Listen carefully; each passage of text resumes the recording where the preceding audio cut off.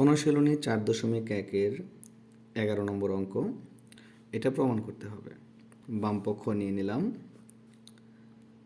এখানে a to the power l by a to the power m কে আমরা লিখতে পারি a to the power l minus m whole to the power n dot a to the power m minus n whole to the power l dot a to the power n minus l whole to the power m।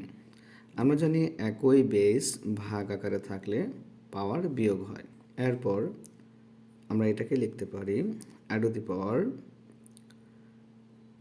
n into l minus m into a to the power l into m minus n into a to the power m into n minus l। কারণ আমরা জানি পাওয়ারের উপর পাওয়ার থাকলে গুণ হয়, তাই আমরা পাওয়ারগুলোকে গুণ করে দিলাম।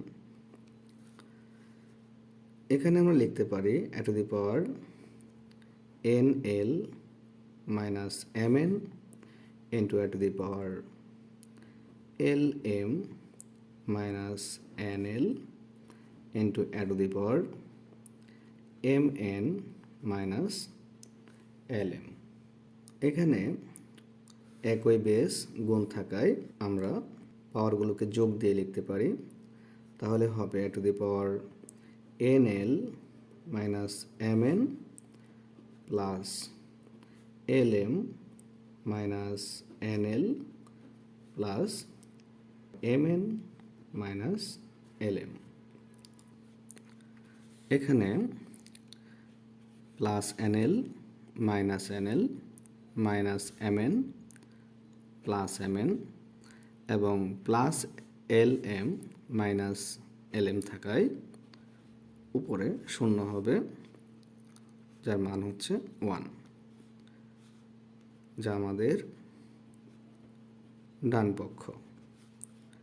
যেহেতু বাম পক্ষ সমান ডান পক্ষ, তাহলে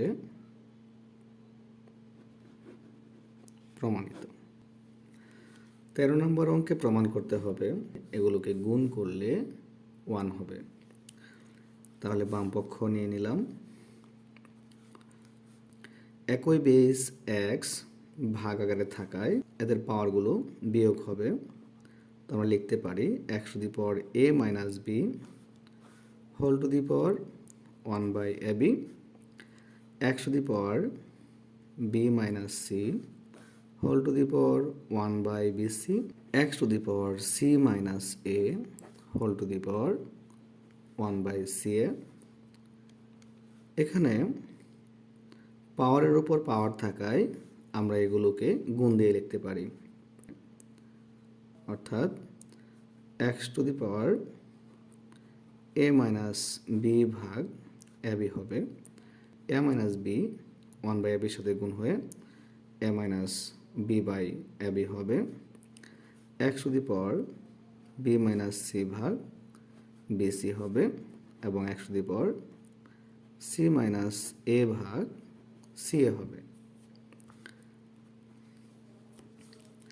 একই বেস গুণ থাকলে আমরা পাওয়ারগুলো যোগ দিয়ে লিখতে পারি x to the power a minus b ভাগ ab plus b minus c ভাগ bc plus c minus a ভাগ ca।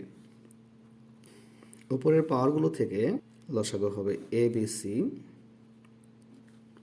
তাহলে এখানে থাকবে c into a minus b plus a into b minus c plus b into c minus a।